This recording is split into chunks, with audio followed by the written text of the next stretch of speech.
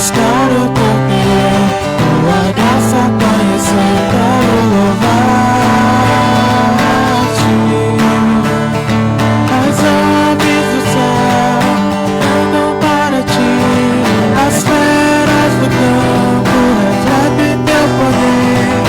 Quero cantar, quero levantar as minhas mãos a ti. Quero amar-te, sempre mais e mais. Quero amar-te, sempre mais e mais. Buscar o teu querer, tua graça conhecer. Quero amar-te. As aves do céu cantam para ti, as feras do campo refletem teu poder. Quero cantar, quero levantar as minhas mãos a ti. Quero servir-te, sempre mais e mais. Quero servir-te, sempre mais e mais. Buscar o teu querer, tua graça conhecer. Quero servir-te. As aves do céu cantam para ti, as feras do campo refletem teu poder. Quero cantar, quero levantar as minhas mãos a ti. As aves do céu cantam para ti, as feras do campo refletem teu poder. Quero cantar, quero levantar as minhas mãos a ti, Senhor.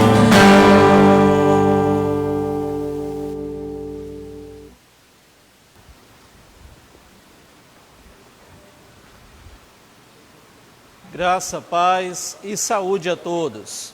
Louvamos a Deus por este momento tão especial, onde nós podemos cantar a Deus e fazer com que você também, aí na sua casa, onde você está, também louvar ao Senhor, engrandecer ao Senhor com esses cânticos.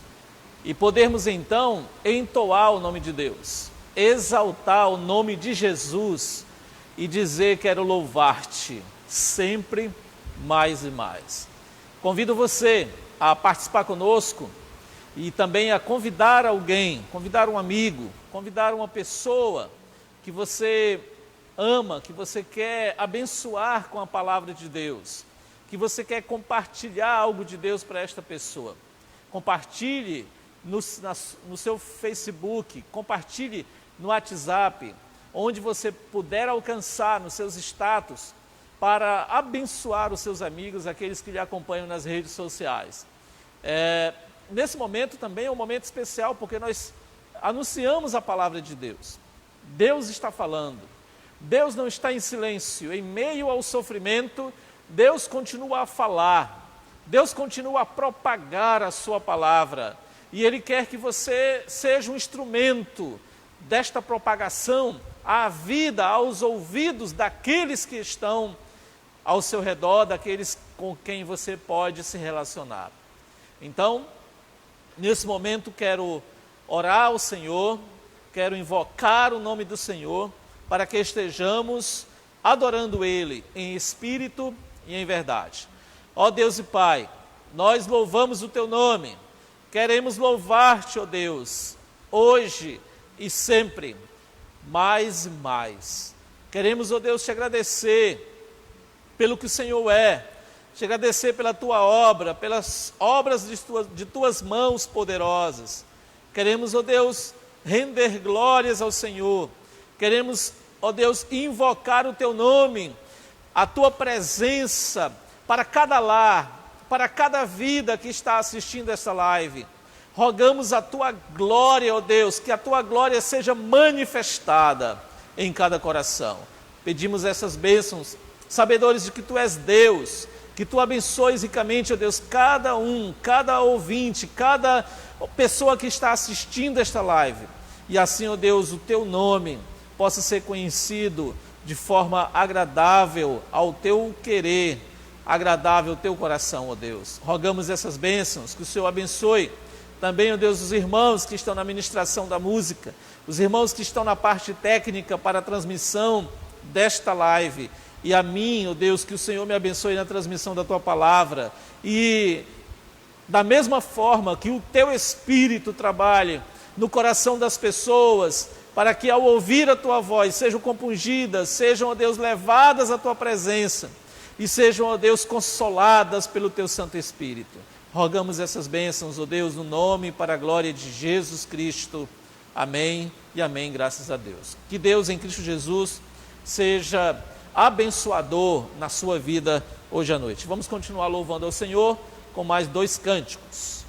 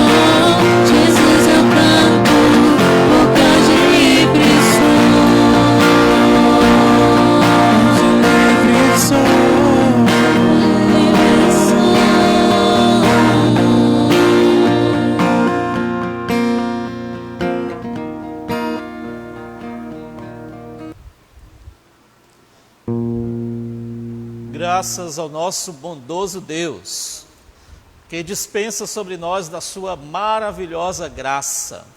Graça esta que nos capacita a vivenciar a sua palavra, a viver para Ele, somente para Ele, acima de tudo, para a glória do nome dEle, vivenciando o Evangelho de Jesus Cristo. Quero, desde já, convidar você a abrir a sua Bíblia, você que pode, em Primeira Epístola de Pedro, capítulo 4. Primeira Epístola de Pedro, capítulo 4, versos 12 a 19. Nós vamos ler. A palavra de Deus é viva, é poderosa, é eficaz. Ela encontra lugar fértil, e que o seu coração seja esse lugar fértil, onde a semente, ela se aprofunda, ela brota, ela nasce, ela também dá frutos. E queremos que você dependa plenamente do Espírito Santo para isso. 1 de Pedro, capítulo de número 4, versos 12 em diante.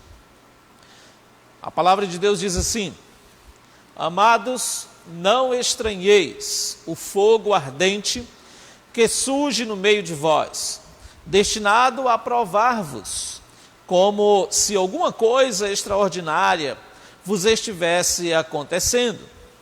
Pelo contrário, alegrai-vos na medida em que sois coparticipantes dos sofrimentos de Cristo, para que também na revelação da sua glória vos alegreis exultando.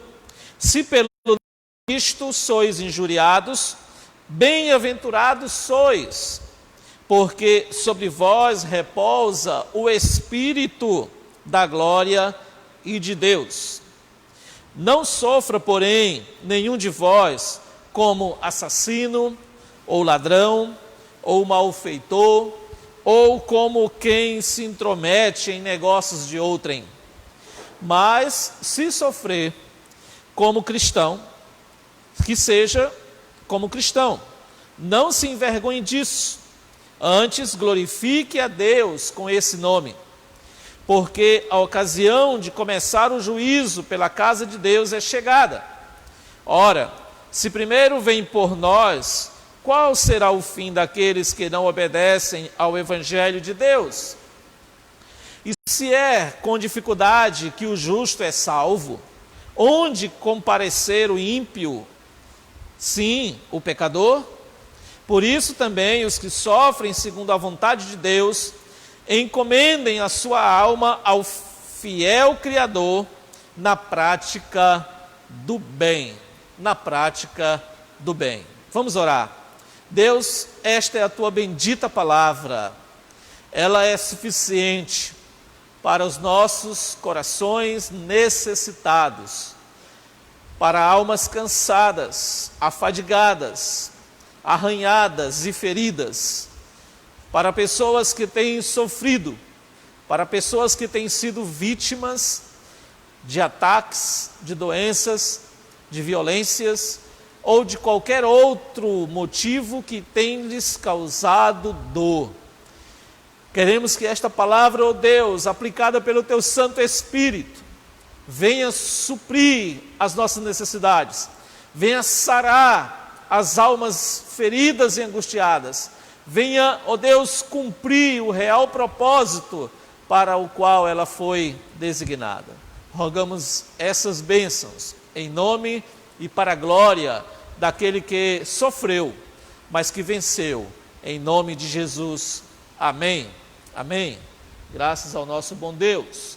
Nós temos, meus queridos, nesse texto, e vamos meditar no tema, os porquês do sofrimento. Os porquês do sofrimento. Todos nós temos certas medidas de sofrimento, seja individual ou coletivamente. Estamos vivendo, claro, um sofrimento coletivo, porque o mundo todo sofre essa pandemia. Mas também há sofrimentos individuais. Talvez o que você mais esteja sofrendo nesse momento nem seja o Covid-19, mas as pressões que vêm como consequência disto. E nós temos vários exemplos na história bíblica e vários exemplos também na história da igreja de homens e mulheres que sofreram e que penaram e que passaram pela dor, mas que souberam passar por esses momentos e glorificar a Deus mesmo assim.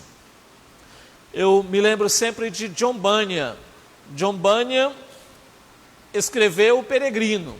Hoje você pode adquirir nas livrarias várias edições diferentes, de várias editoras diferentes, com inclusive vários idiomas diferentes, mais de 200 idiomas.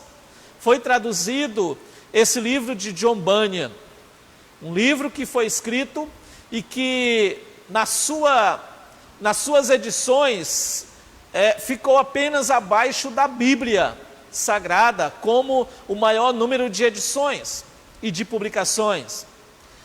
Mas, quando você olha para um livro desses, você não tem ideia de quem o escreveu, do que ele passou para escrever este livro.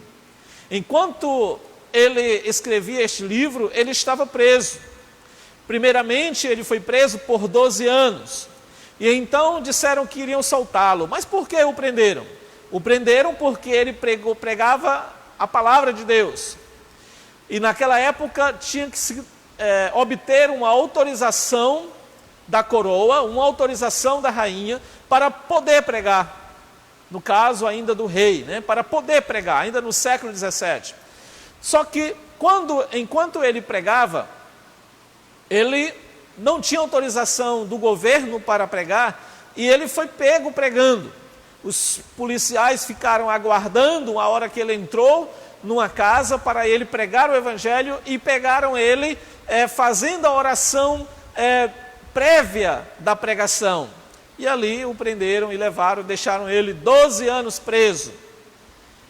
E disseram para ele: olha, nós vamos te soltar porque nós queremos que você não pregue mais e você deve ter aprendido a lição. E ele falou: se vocês me soltarem agora, vão me prender logo em seguida, porque eu vou pregar.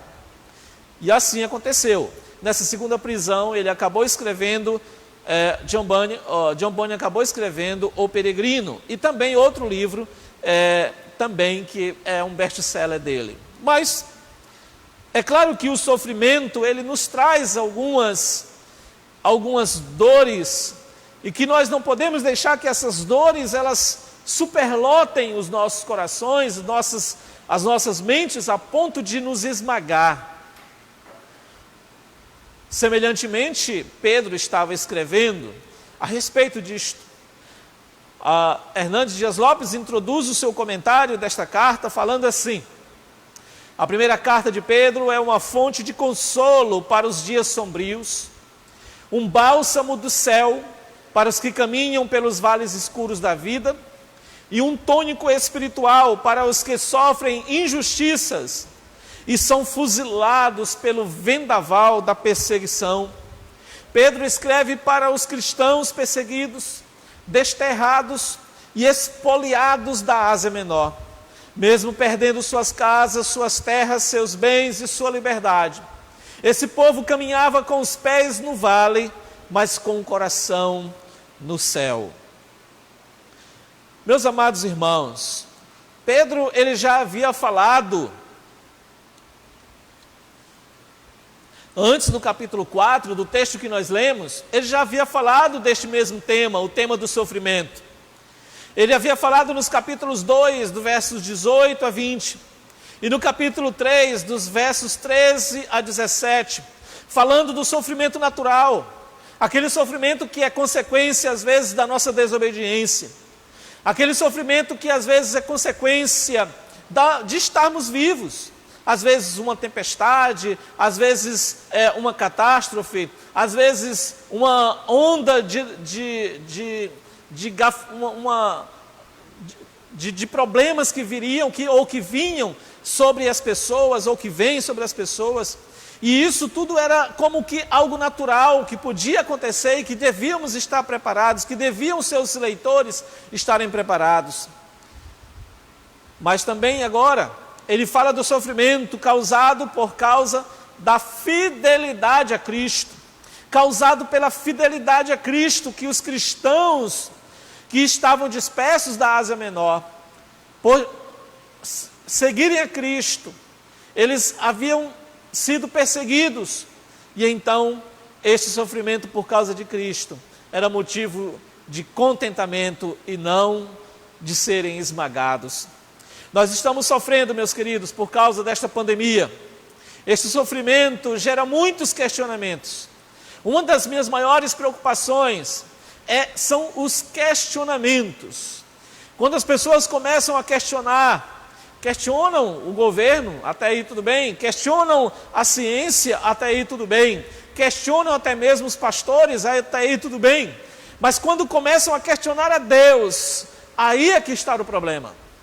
E esse sofrimento, por gerar muitos questionamentos, por isso mesmo,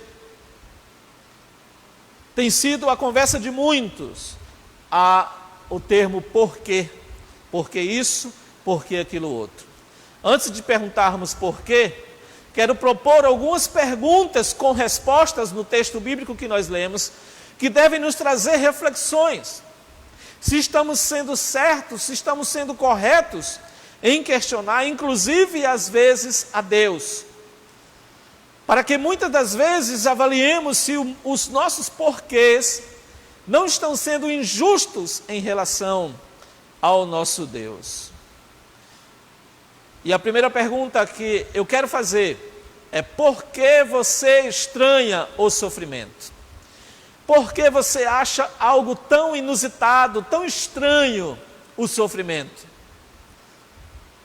E a resposta: porque ainda não entendeu que o sofrimento tem um propósito, que é te provar. Não é te reprovar, não é te desconsiderar, não é te derrotar, mas te provar. Você ainda não entendeu que às vezes o sofrimento ele vem para te provar, para te trazer a aprovação por meio desta prova. O versículo 12 diz: amados, de forma bem carinhosa, de forma bem afetuosa. O apóstolo Pedro diz: amados, não se surpreendam com o fogo que surge entre vocês para os provar. Eu estou lendo agora na NVI. Amados, não se surpreendam com o fogo que surge entre vocês para os provar. Ou seja, para os provar, existe um propósito, um objetivo do que você está passando, meu irmão, minha irmã, meu amigo, minha amiga. Deus tem um propósito ímpar, um propósito maior, seja o que for, seja pelo que você esteja passando. Deus tem um propósito maior. Amados, não se surpreendam, não estejam perplexos, não estejam maravilhados. Ah, mas por que isso? Por que eu passo por tantas dores? Por que eu passo por tantas aflições? Por que minhas finanças estão em colapso? Ah, por que essa pandemia veio acabar com o meu negócio? Ah, por que esta pandemia veio trazer enfermidades na minha família? Ah, por que este Covid-19 veio trazer morte ao meu lar? Tirou a minha esposa, tirou o meu esposo, tirou o meu filho, os meus pais. Por quê? Por quê? Deus tem objetivos grandiosos para isso. Nós olhamos apenas para o aqui e agora, mas nós precisamos entender que este sofrimento tem um objetivo maior.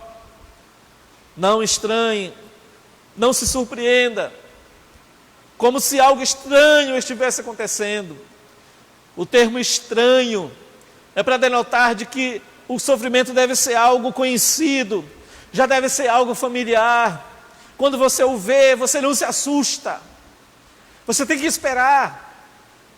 É bem verdade que pandemias não acontecem todos os anos, nem todas as décadas. Mas nós temos que esperar alguma coisa. Nós temos que esperar não sendo pessimistas, mas nós temos que esperar que cada dia traz o seu próprio mal. Que o sofrimento já é algo natural do crente. Assim como é natural tirar açaí do açaizeiro, também é natural tirar do crente o sofrimento. É natural o crente sofrer. Mas pastor, espere aí. Não é esta a mensagem que eu ouço. O senhor está dizendo que eu tenho que ser masoquista? Não.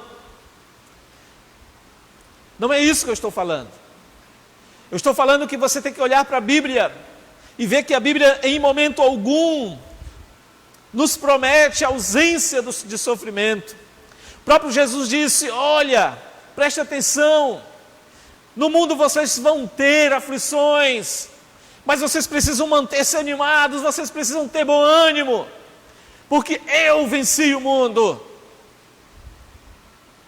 Nós nascemos para sofrer. Nós não podemos pregar, pare de sofrer, porque se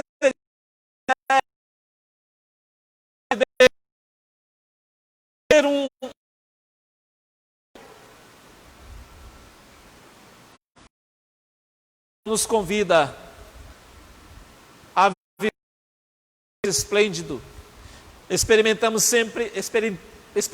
sempre o néctar das flores. Deus nos chama a um evangelho exigente, a um evangelho que nos gera sofrimento. É claro, meus queridos, que esse sofrimento, ele não vai te trazer falta de paz, ele não vai te trazer tristeza, que inclusive é o nosso próximo ponto, que está dentro de outra pergunta. Como eu disse, eu vou fazer uma pergunta e logo trazer a resposta dentro do texto. Por que você então não se alegra em meio ao sofrimento? Por que você não está feliz? Por que você não esbanja alegria no meio desta pandemia? No meio das dificuldades financeiras que a pandemia trouxe? No meio das dificuldades até mesmo de relacionamento, por estarem enclausurados dentro de suas próprias casas? Por que vocês não estão alegres em meio ao sofrimento? A resposta: porque você precisa entender a sua participação no tempo presente e também precisa olhar para o futuro com esperança. Os tempos verbais do presente, você precisa entender no presente de que você tem uma participação importante no sofrimento. Você não pode se excluir desse sofrimento. Você não pode se excusar desse sofrimento.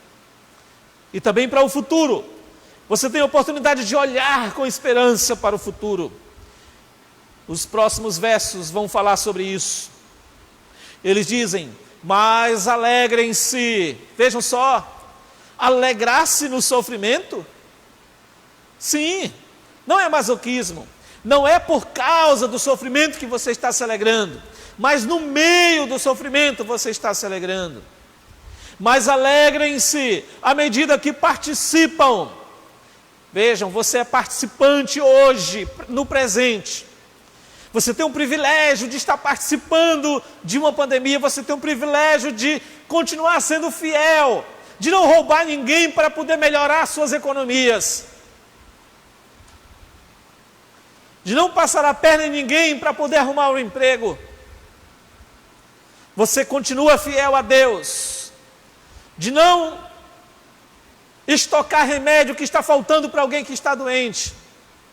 Você é chamado a viver a alegria à medida que você participa dos sofrimentos de Cristo. Por que ele fala sofrimentos de Cristo? É interessante que Colossenses vai falar da mesma coisa, e um comentário do John Piper nos explica bem como que Cristo já sofreu aqui na terra, já teve a sua paixão, ou seja, o seu sofrimento aqui na terra. E ainda assim, nós os cristãos ainda temos que passar por esses sofrimentos. Ele falou: olha, não há aquele discípulo que segue o seu mestre que não tenha o mesmo futuro do seu mestre. E eu estou pegando a minha cruz, e vocês também devem pegar a cruz de vocês. A cruz é a morte. A cruz era o sofrimento da paixão de Cristo. É claro que nenhum de nós vai morrer como Cristo morreu pelos pecadores. Mas nós também recebemos desses sofrimentos do Evangelho, da rejeição das pessoas, quando as pessoas rejeitam a nossa mensagem, quando as pessoas querem passar por cima de nós por causa da nossa humildade, porque nós não queremos brigar. Os sofrimentos de Cristo. Nós somos participantes do sofrimento de Cristo. Que privilégio, meu querido. Você não é chamado para participar do sofrimento de Moisés no deserto.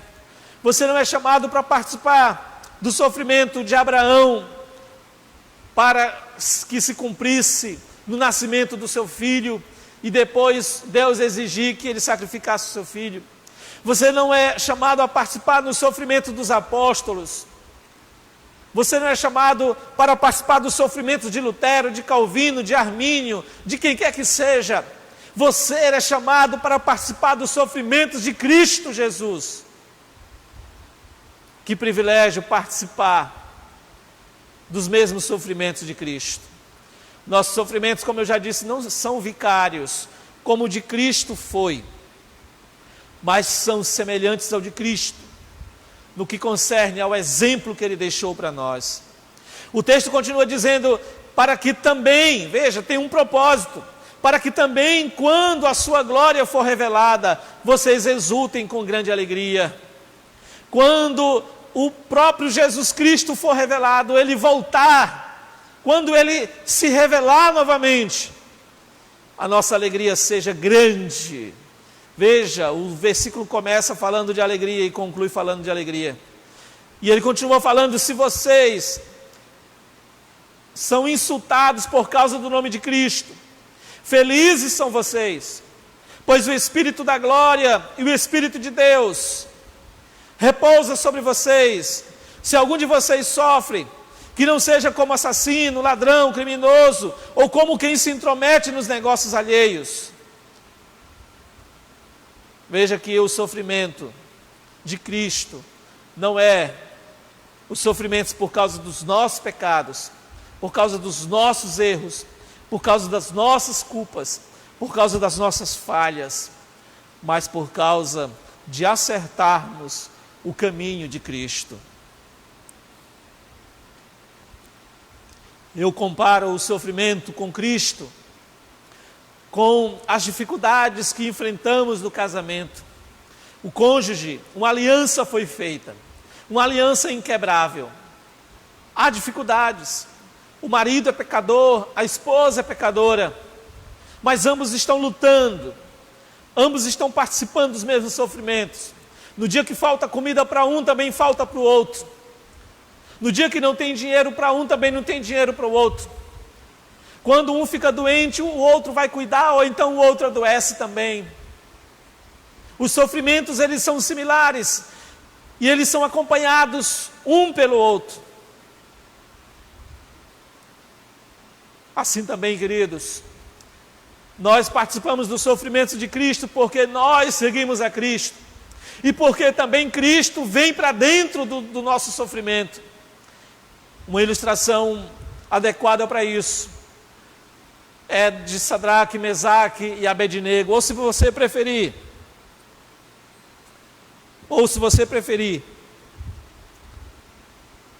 Ananias, Misael e Azarias. Esses três jovens que foram deportados de Israel, de Judá, foram colocados dentro de uma fornalha 7 vezes mais quente que o normal, a ponto de que os soldados que jogaram eles lá foram mortos. Tudo isso por quê? Porque eles foram fiéis em não se curvar diante da estátua do rei, porque eles adoravam o único e verdadeiro Deus. Eles foram jogados dentro da fornalha, e ali dentro da fornalha eles andavam, eles passeavam.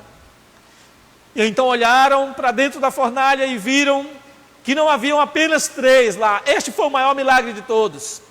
As pessoas, os ímpios, puderam constatar de que não eram só os 3 que estavam lá dentro. Ou seja, não somente os 3 permaneceram vivos, mas na verdade eles só permaneceram vivos e intactos, porque esta 4ª pessoa estava lá dentro com eles. Um homem semelhante ao Filho dos deuses. E aquele era Jesus. Meus irmãos, quando nós assumimos participar dos sofrimentos de Cristo, Cristo assume participar dos nossos sofrimentos, e Ele então nos livra, talvez não do sofrimento, mas dentro do sofrimento. Você entende que Cristo está presente na sua fornalha? Você entende que a fornalha pela qual você está passando, ela não pode queimar um fio de cabelo sequer seu para te destruir, mas somente para te purificar, se Cristo está contigo? Se Cristo está do teu lado? Se Cristo vem ao teu socorro? Você precisa de Cristo. Você precisa de andar com Cristo agora, para que quando você for jogado na fornalha, você seja protegido. Ou se você está sentindo arder, chame Cristo para perto de você. A terceira pergunta: por que você é envergonhado no sofrimento?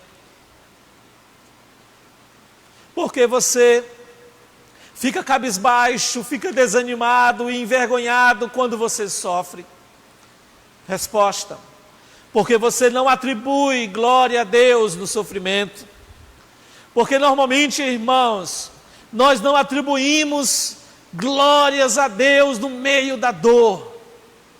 É fácil nós glorificarmos a Deus quando as coisas vão bem. Quando você precisa de algo e você tem o dinheiro para adquirir. Quando você pode trocar de carro. Quando você pode comprar uma moto. Quando você pode passar de ano. Quando você pode ingressar numa faculdade. Quando você pode realizar o seu sonho. Quando você pode comer pelo menos 3 refeições ao dia. Você dá glórias a Deus.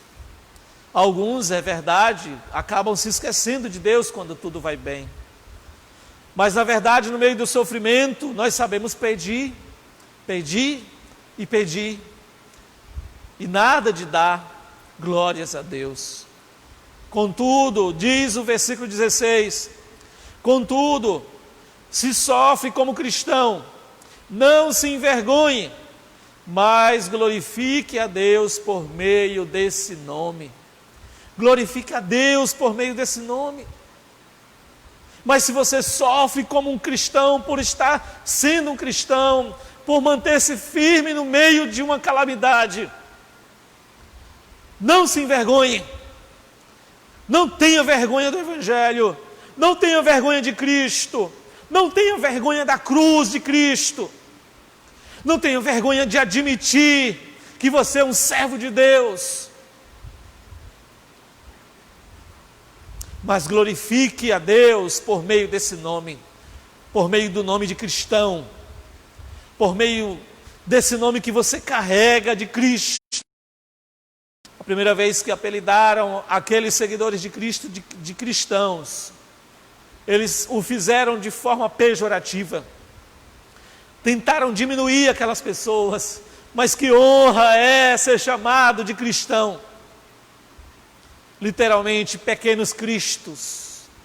Você é um pequeno Cristo, que foi lançado na fornalha, que foi lançado no fogo, que foi lançado no sofrimento, para que glorifique a Deus no meio desse sofrimento.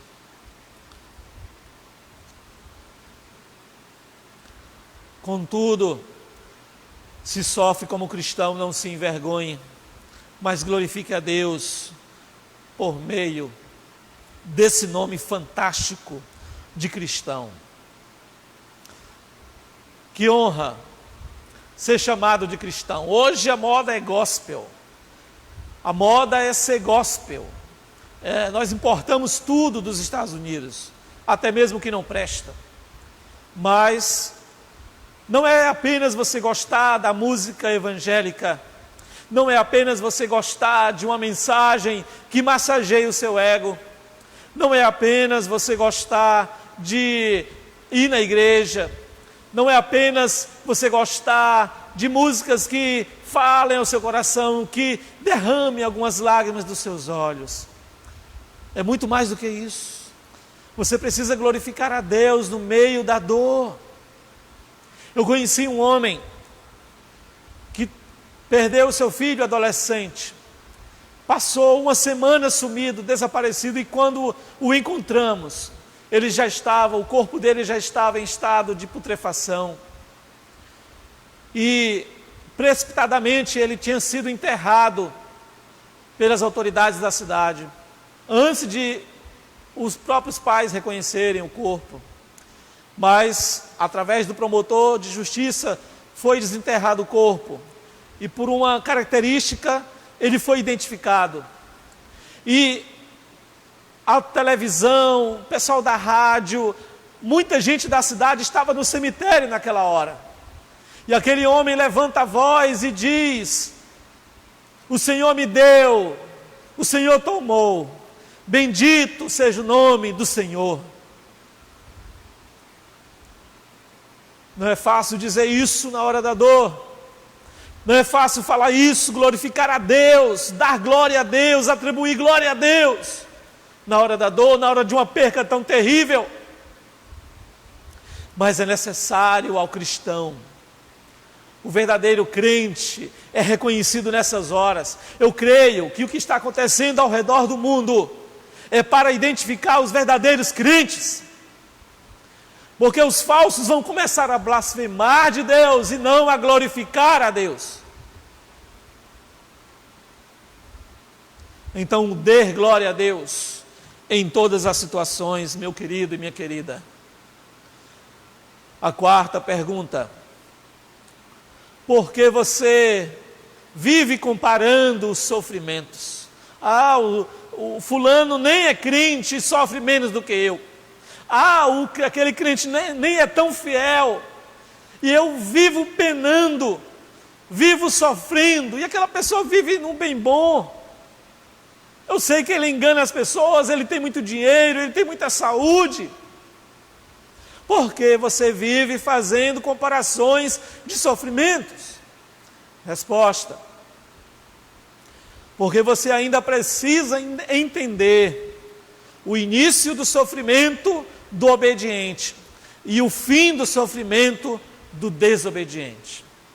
Existe uma diferença enorme, crucial, do sofrimento daquele que obedece a Deus para aquele que desobedece a Deus, daquele que é salvo para aquele que não é salvo, daquele que já se entregou a Cristo e daquele que ainda não se entregou a Cristo. O texto bíblico diz, no versículo 17 e 18: pois chegou a hora de começar, veja o começo, chegou a hora de começar o julgamento pela casa de Deus. O que Pedro está falando? Está falando que o juízo de Deus não começa com os ímpios, começa com a igreja, começa com os crentes, começa com os filhos de Deus. O que está acontecendo no mundo, pastor? Com esta pandemia, em primeiro lugar, é uma disciplina de Deus para a igreja, para o povo de Deus, para os cristãos, para nós crentes. Irmãos, nós não podemos achar que isso é uma qualquer coisa, que isso é algo natural, que isso realmente é algo assim mesmo, vamos nos conformar, vamos voltar à nossa vida normal. Não, não antes de fazermos uma reflexão. Eu tenho dito isso nas mensagens aqui, não antes de nos arrependermos, não antes da igreja mudar a forma como ela vinha vivendo, vinha adorando, vinha cultuando, vinha ofertando, vinha trabalhando, vinha servindo. A igreja precisa se aperfeiçoar. Quando eu falo igreja, estou falando de você. Você crente, de 10, 20, 40 anos na igreja.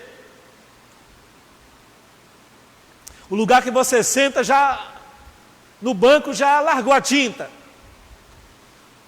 Você não quer assumir compromisso nenhum com Deus. Você não ora. Bíblia. Participa de cultos onde se ensina a palavra, de escola bíblica. Você não busca Deus. Você não busca a comunhão com os irmãos. Chegou a hora de começar o julgamento pela casa de Deus. E se começa primeiro conosco. Aí Pedro vai fazer esta comparação. Ah, meus irmãos, e se começa primeiro conosco, qual será o fim daqueles que não obedecem ao Evangelho de Deus? Então, cristãos, o que Pedro está falando é o seguinte: então, meus irmãos, não fiquem fazendo comparações, como se o sofrimento do ímpio fosse menor do que o seu, que é fiel a Deus. Ah, não compensa ser fiel a Deus, não compensa obedecer a Deus, não compensa cumprir a palavra de Deus, não compensa ir aos cultos. Meu pai morreu, minha mãe morreu com essa Covid, meu irmão morreu, nós estamos sofrendo, ou então no mínimo, se não morreu, mas estamos desempregados. Não compensa servir a Deus, sempre fomos dizimistas fiéis, não compensa, porque estamos sofrendo, perdemos o emprego, já vendemos quase tudo que tínhamos em casa. Pedro está falando: vocês perderam tudo, vocês foram espoliados, vocês perderam casas, bens, vocês perderam famílias, vocês perderam lar, porque vocês foram dispersos pela Ásia Menor. Mas não fiquem fazendo comparações com os seus vizinhos, com os seus colegas de trabalho, com seus colegas da escola. Ah, mas o fulano já tem tudo na vida e eu não tenho nada. Não fiquem fazendo comparações tolas. Ora, se o juízo começou com os filhos de Deus, se Deus não deixa impune sequer os seus filhos, o que será daqueles que desobedecem ao Evangelho de Deus? O que será dos ímpios? Esta é uma palavra de consolo para você, crente. Para você, meu irmão, minha irmã, que tem sido fiel e que está sofrendo nesse momento. Que você se console, porque Deus não veio para te destruir, mas veio para disciplinar, e os filhos é quem Ele disciplina. Os bastardos Ele não disciplina, mas os filhos Ele desce a disciplina para o bem destes seus filhos. Mas também este versículo é um alerta para os desobedientes. Como está a sua vida, meu querido amigo? O que você tem feito da sua vida, minha querida amiga? Será que você não está vendo que tudo isso é um chamado de Deus para você?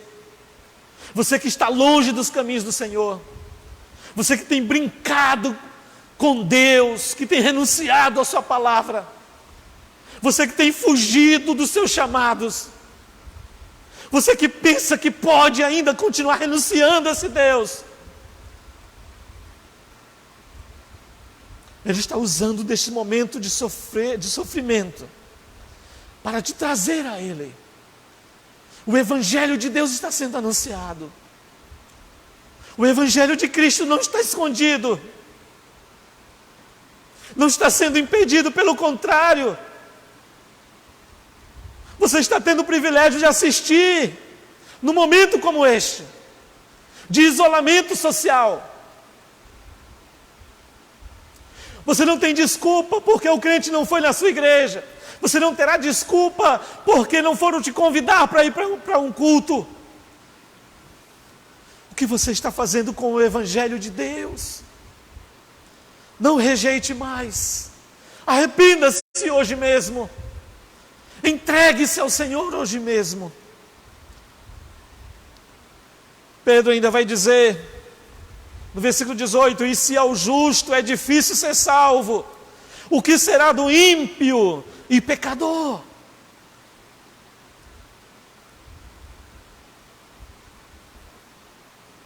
Nesse sofrimento, o justo não é isento do sofrimento. Mas o que será de você se você não tem Cristo? Se você não foi justificado pelo sangue do Cordeiro? Se você não foi lavado e purificado com o sangue de Cristo Jesus, que nos purifica de todo pecado? O que será de você, pecador? Pecador que não se arrepende, que continua no adultério, que continua na ladruagem, que continua na fornicação, que continua rejeitando o Evangelho de Deus. O que será de você que não segue a Cristo ainda?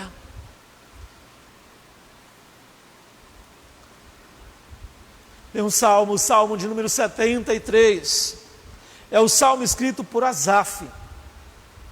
E ele começa esse salmo questionando Deus, dizendo: Deus, os ímpios prosperam, os ímpios têm uma vida boa, eles são saudáveis, eles são ricos, veja, eles sempre têm um sorriso no rosto, e eu estou fiel a Ti. O que adiantou? O que adiantou fazer sacrifícios? O que adiantou ser fiel?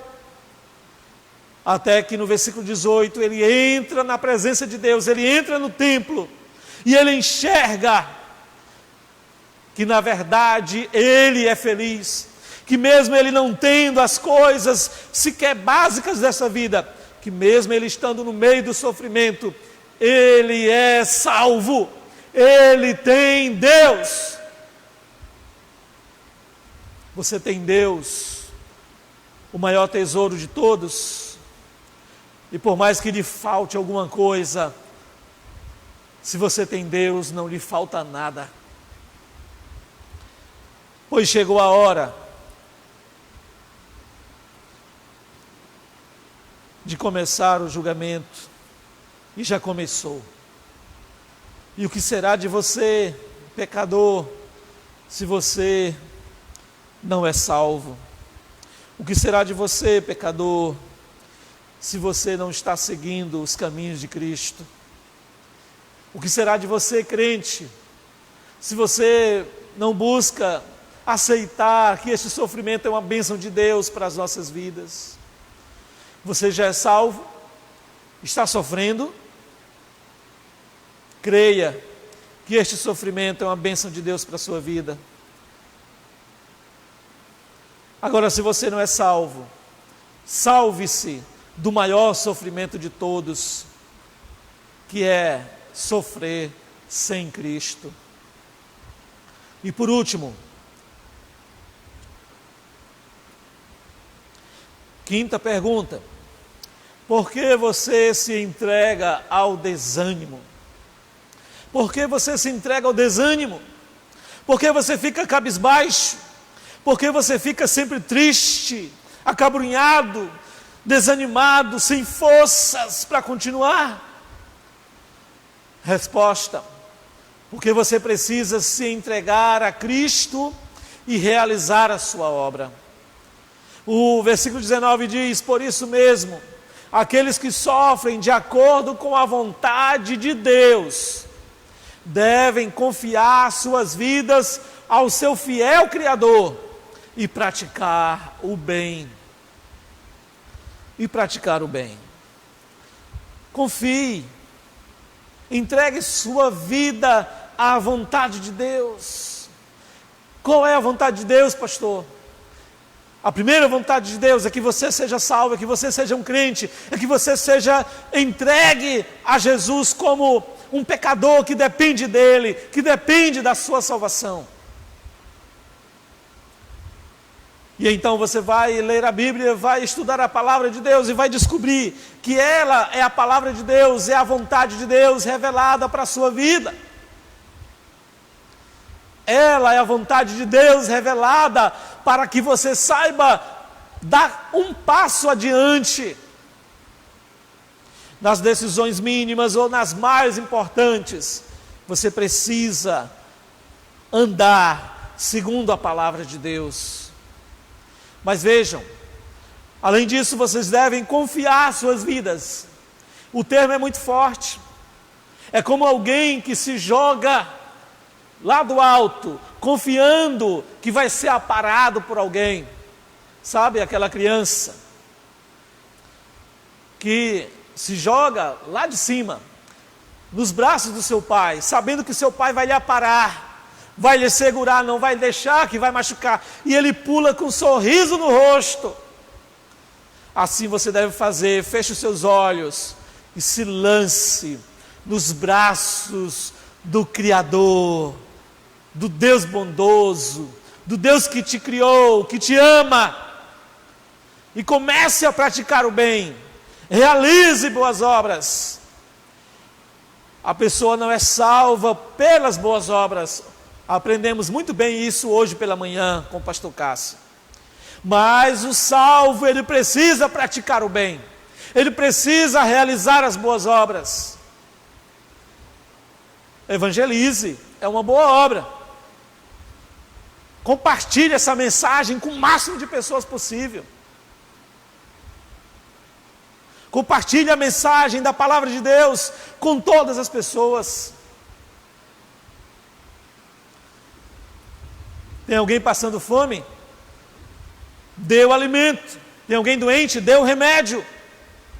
Tem alguém com sede? Dê água. Pratique o bem. Não se entregue ao desânimo, mas entregue-se a Cristo. Um grande exemplo disso, considero Charles Haddon Spurgeon. Spurgeon foi considerado o príncipe dos pregadores. O príncipe dos pregadores, ele era um pregador londrino. Ele pregava para multidões, escreveu que grande quantidade de sermões e textos que abençoam-nos até hoje. Em meio ao sofrimento, ele escreveu a seguinte frase: é verdade que sofremos provações, mas também é verdade que somos libertos delas. É verdade que temos nossa depravação, e pesarosamente sabemos disso, mas igualmente é verdade que temos um Salvador todo suficiente, que vence essas corrupções e nos livra do seu domínio. Ao olharmos para trás, seria errado negar que temos estado no pântano do desânimo, atribuindo então ao livro de John Bunyan, quando o cristão ele cai no pântano do desânimo. Mas Spurgeon continua: e que temos nos arrastado no vale da humilhação. Mas também seria impiedade esquecer que temos passado por eles com segurança e proveito. Não temos permanecido neles, graças ao nosso poderoso ajudador e líder, que nos trouxe a um lugar espaçoso. Quanto mais profundos forem os nossos problemas, tanto mais elevada será a nossa gratidão a Deus, que nos conduziu através de todos eles e nos preservou até agora. Ó Senhor Jesus, aleluia, aleluia. Quero concluir então com 3 considerações práticas. Primeira consideração prática: o hedonismo impede a visão bíblica de sofrimento. O que é o hedonismo? O hedonismo, ele propaga, ele prega de que a felicidade é o nosso alvo principal. A felicidade é o alvo principal da nossa vida. Tem muitos filmes por aí, né? Em busca da felicidade, coisas desse tipo. É fruto do hedonismo deste mundo pós-moderno. Ele vai dizer que o que importa é que você vai ser feliz. Não importa se você não está mais feliz com o seu cônjuge, separa, casa com alguém que você vai ser feliz. Se você não está mais feliz com aquele emprego, deixa aquele emprego, muda dele, vai procurar um emprego feliz, que você seja feliz. Se você não está feliz naquela igreja, simplesmente por motivos fúteis, não motivos doutrinários, motivos realmente que são bíblicos, eu vou sair dessa igreja, eu quero ser feliz. O hedonismo, ele impede a visão bíblica do sofrimento. Irmãos, nós fomos chamados para sofrer, mas não para sermos infelizes, é verdade. Porque quando sofremos com Cristo, somos as pessoas mais felizes do mundo. É ou não é verdade? Nós sofremos felizes. Nós estamos com o sangue derramando, mas estamos felizes porque estamos com Cristo. Segunda consideração: o pior sofrimento não é nesta vida, mas na vida vindoura. Se você acha que está ruim aqui, se você pensa que o sofrimento que você está passando já é algo que você poderia considerar como pior pode ficar assim. Se você sofrer sem Cristo, você vai morrer e vai passar desta vida para um sofrimento muito maior. O meu alerta para você é que você busque Cristo enquanto você pode, com o resto de forças que você tem, com a fé que está sendo gerada no seu coração nessa hora, com a pregação da palavra. Clame a Ele, clame ao ajudador, e Ele estará do seu lado. Mais do que isso, Ele estará dentro de você, transformando a sua vida. E aí sim, por mais que você pereça, por mais que você morra, mas você estará numa glória eterna, de gozo eterno, de felicidade eterna no Senhor. E a terceira consideração e última: a maior prova de que seu sofrimento terá fim foi o sofrimento de Cristo. Pastor, quando vai acabar tudo isso? Quando vai acabar este sofrimento? Desta pandemia, por exemplo, a esperança está na ciência, em fazer uma vacina, então vai acabar esse sofrimento. Mas pode vir outro sofrimento, e aí? Quando vai acabar o seu sofrimento? Meu irmão, minha irmã, eu tenho os meus sofrimentos, você tem os seus sofrimentos, e o mundo todo tem os seus sofrimentos. Mas tudo isso só será posto um fim nele, quando Cristo voltar, quando Cristo realmente consumar a sua obra, que foi iniciada na eternidade, te escolhendo, e que foi colocada em prática na cruz do Calvário. O maior sofrimento de todos não é o seu, não é do seu parente, não é da forma triste que o seu parente morreu, não é da forma triste que a sua família está passando, mas foi o sofrimento de Jesus Cristo, que sofreu por você, para que você tivesse vida. Diante disso, meu querido e minha querida, eu quero pedir que você, nesse momento, na medida do possível, se você puder, feche os teus olhos, curve a sua cabeça, ore ao Senhor nesse momento, mediante a palavra de Deus que foi pregada.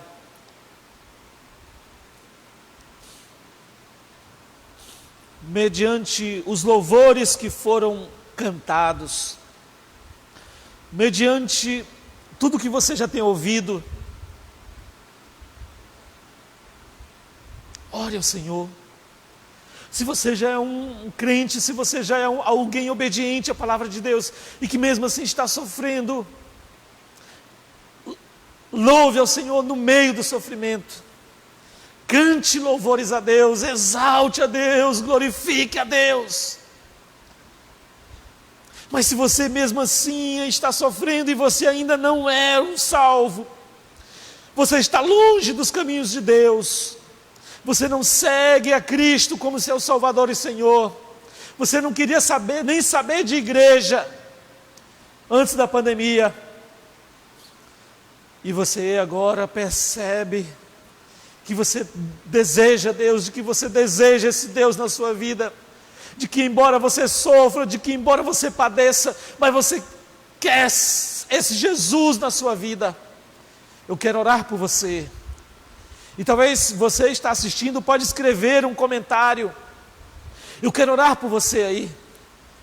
Se você quiser aceitar Jesus, se você quiser confessar Jesus como teu Senhor e Salvador, na verdade, quando você aceita Jesus é porque Jesus já modificou a sua vida, Jesus já agiu no seu coração, Jesus já lhe deu nova vida, Jesus já entrou na sua vida e já transformou-a para a glória do nome dEle, e você só tem mesmo é que se render a Ele. Então renda-se a Cristo nesse exato momento e ore ao Senhor. Ó Deus e Pai, ó Deus de amor, o Senhor continua sendo Deus de amor, mesmo no meio do sofrimento. Ó Deus que é bom, a maldade deste mundo não impede de vermos a Tua bondade.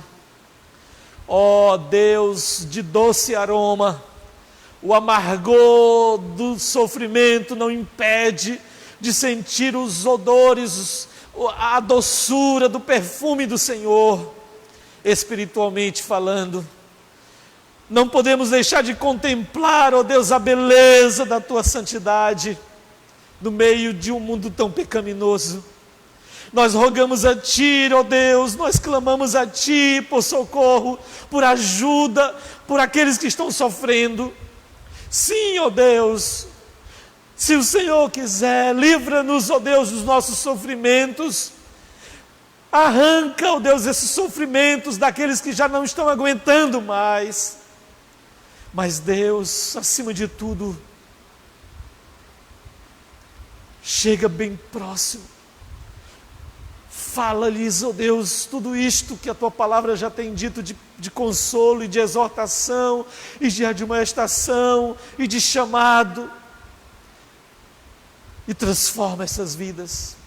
Esteja conosco, ó Deus, acompanha-nos em meio ao sofrimento, no meio do fogo ardente, que não destrói o ouro ou o metal precioso, mas destrói apenas a palha, o feno, a madeira, mas aquilo que é precioso não destrói. Então, ó Deus, se o Senhor está em nós, nós não seremos destruídos. Rogamos a Tua ajuda, o Teu socorro agora, ó Deus, a Tua salvação para aqueles que confessam o Teu nome neste momento. Rogamos agradecidos, ó Deus, em nome e para a glória de Jesus Cristo. Amém e amém. Graças a Deus. Graças a Deus. Vamos cantar.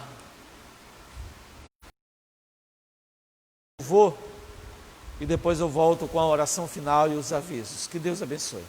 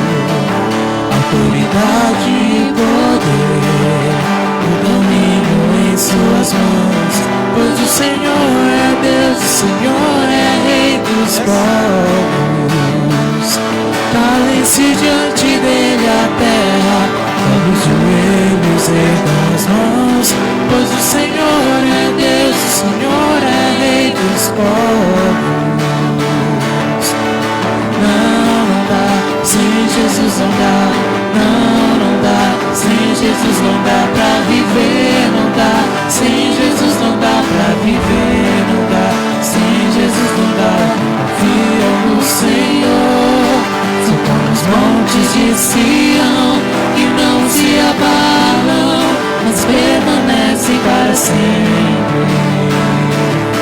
como em volta de Jerusalém estão os montes, assim é o Senhor em volta do seu povo. Autoridade e poder, o domínio em suas mãos, pois o Senhor é Deus, o Senhor é Rei dos povos. Calem-se diante dele a terra, dobre os joelhos, ergam as mãos, pois o Senhor é Deus, o Senhor é Rei dos povos. Não dá, sem Jesus não dá, não dá, sem Jesus não dá pra viver, não dá, sem Jesus não dá pra viver, não dá, sem Jesus não dá. Só Jesus é Rei, só Jesus é Rei, porque só Jesus é Rei, porque só Jesus é Rei.